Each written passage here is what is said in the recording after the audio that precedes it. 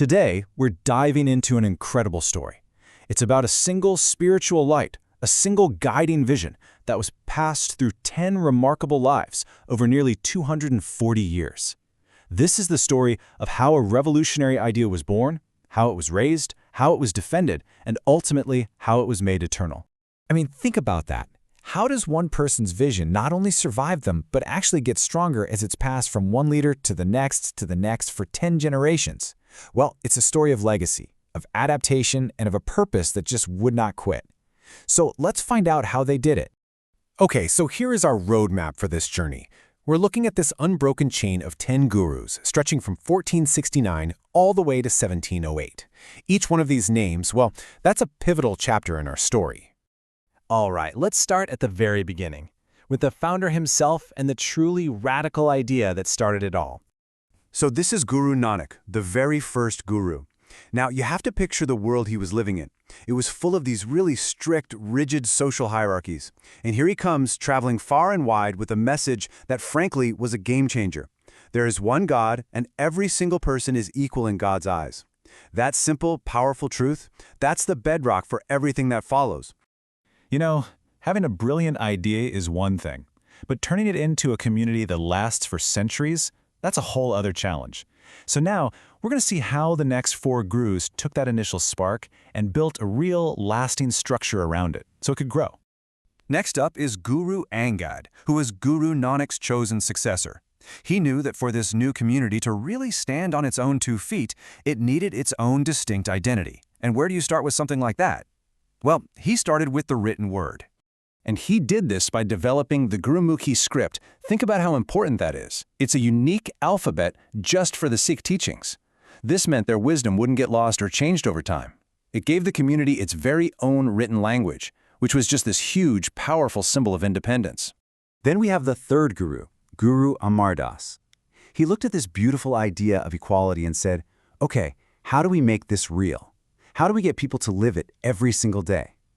He decided to tackle the social barriers of his time head-on in a way that nobody could possibly ignore. And his tool for this was the Langar, or the community kitchen. He established a simple rule. It didn't matter if you were a king or a commoner, rich or poor, everyone had to sit on the floor together and eat the exact same meal. This was a direct shot at the rigid caste system. It was radical. It was revolutionary. Okay, so the community's growing, it's getting its own language, its own practices. What does it need next? A center, a home, a place to gather. And that massive task fell to the 4th guru, Guru Ram Das, who was an incredible planner and builder.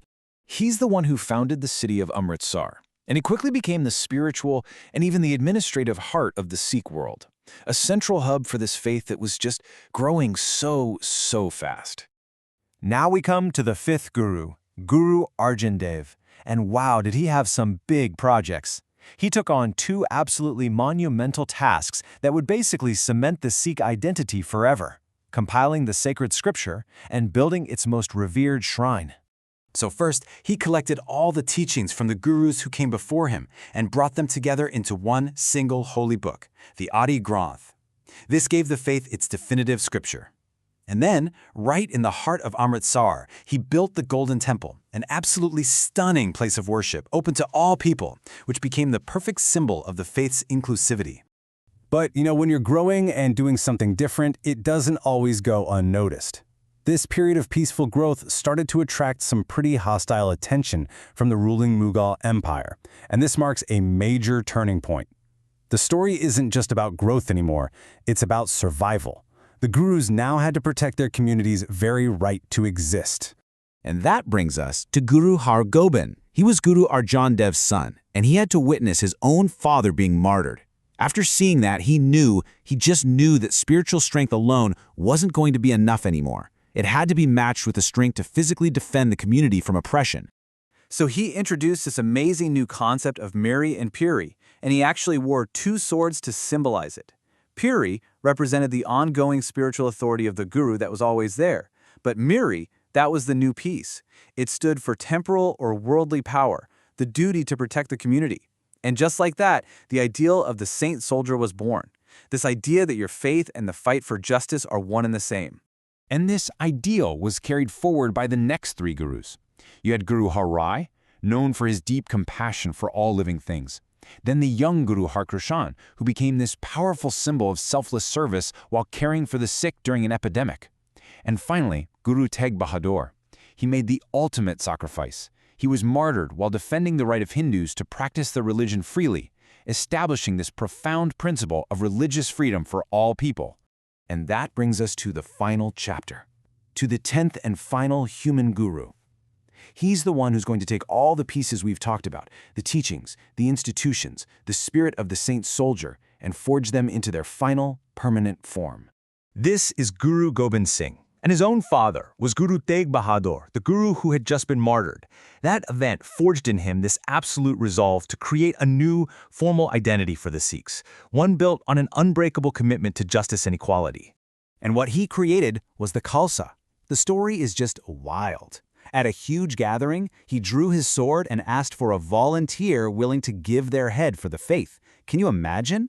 But one brave person came forward, then another, and another, until 5 had stepped up. He initiated these beloved 5 into a new spiritual family, a community of saint soldiers called the Khalsa, committed to defending the oppressed and upholding righteousness. So this raises a huge question, right? For almost 240 years, that spiritual light had passed from one person to the next. After the 10th master, what happens? Who could possibly be the next guru? The answer Guru Gobind Singh gave was completely and utterly revolutionary. The next guru wasn't going to be a person at all. He declared that the guruship would be passed forever to the Holy Scripture. He bowed before the Adi Granth, renaming it the Guru Granth Sahib, the eternal, living guru for all Sikhs. The divine wisdom was now accessible to everyone, for all time. And that leaves us with one final thought. How does a decision like that, made over 3 centuries ago, to pass leadership not to another person, but to a sacred text, continue to guide and inspire a vibrant global community today? It's really a powerful testament to a legacy that was designed, from the very beginning, to be eternal.